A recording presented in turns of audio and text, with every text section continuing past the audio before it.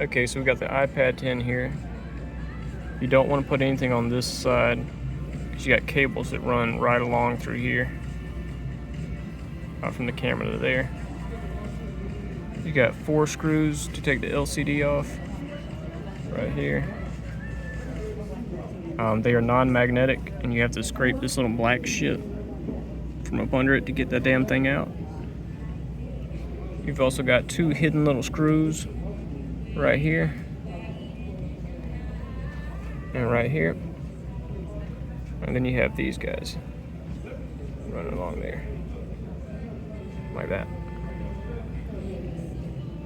Then you have 3 shields that you got to take off. This is the microphone, and these are for the LCD and digitizer.